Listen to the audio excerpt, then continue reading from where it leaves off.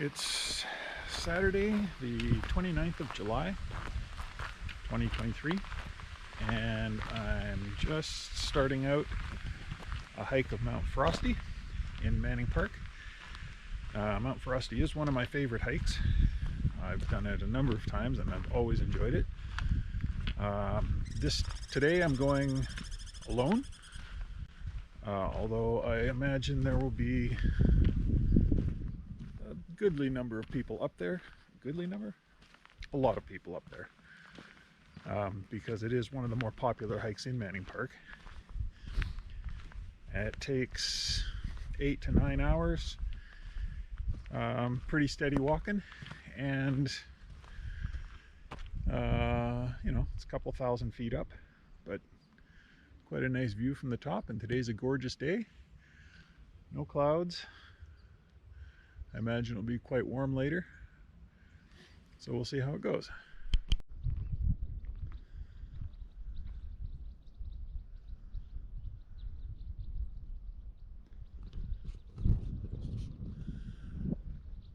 So I've been climbing steadily for about an hour, and I come to this spot where you can see behind me is you can overlook Lightning Lake from here, and it's a pretty spot. The forest is kind of open right here, so there's not a lot of brush and stuff in the way, so it makes for a nice view. This is the first kind of decent viewpoint that you get, and you can see down the valley. So I've come up about, oh, I don't know, 400 meters maybe, something like that, vertical, and then over about 3 kilometers roughly. I don't always see the markers on the trees that tell you how far you've come, but experience tells me I walk about 3 kilometers an hour, so it's about 3 kilometers. So we'll press on.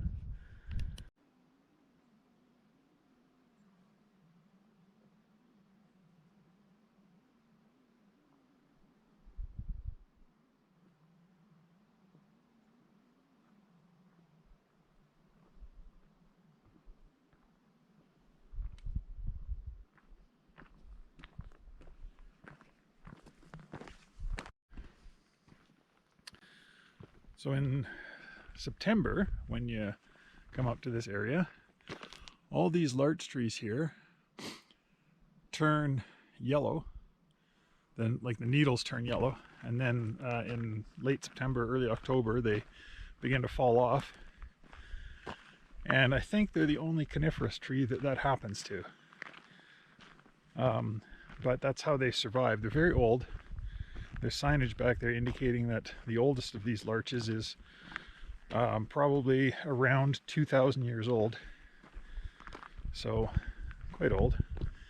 And you can see this one's got a couple cones on it right there. I don't know how in focus that will be, but that's how they survive as a species. Cones fall to the ground, some of the seeds germinate, and new little larches grow. Very pretty up here. Where I'm headed for is difficult to make out, but it's that peak up there.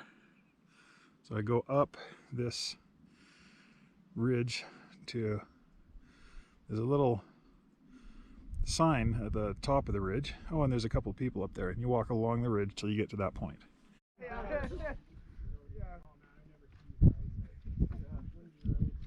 Stop and see on the way back.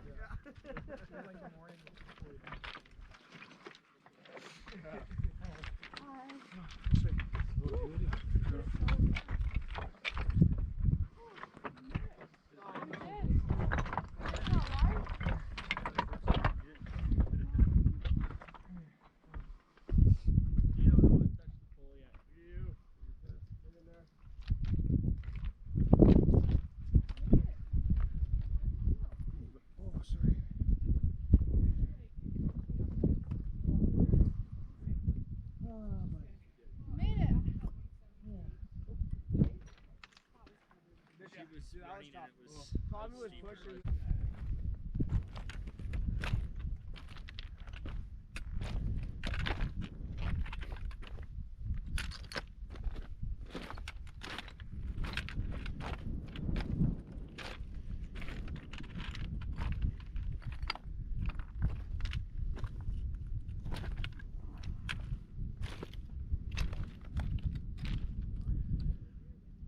is a gorgeous day today.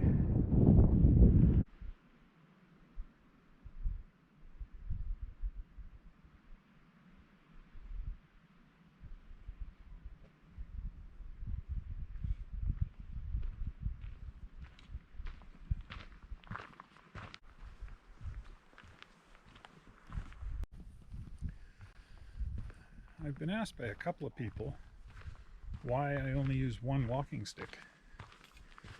And I don't really have a good answer for that. I've just always used one. I know a lot of people prefer two. They say it gives them better balance. I've tried with two, but I didn't like it. I think the only time where I found a second walking pole useful was doing a river crossing, and there you put 1 foot down and 2 poles down, and then the other foot. You move only one item at a time so that you always have good contact with like the riverbed, and then you have not as much of a chance of being swept off your feet. But I think that's about the only time where I found that a second walking pole is useful. And I generally don't carry one. So when I come to a situation where I have to cross a river, I usually find a nice sturdy stick, and I use that in addition to the pole that I've got. So that's the end of the Frosty Mountain hike. It is 20 after 5, so that means it took me about 9 hours, counting a couple of rest stops to get this one done. And beautiful day. I met 55 people on the trail today and 7 dogs. So a good crowd. And wrap this one up.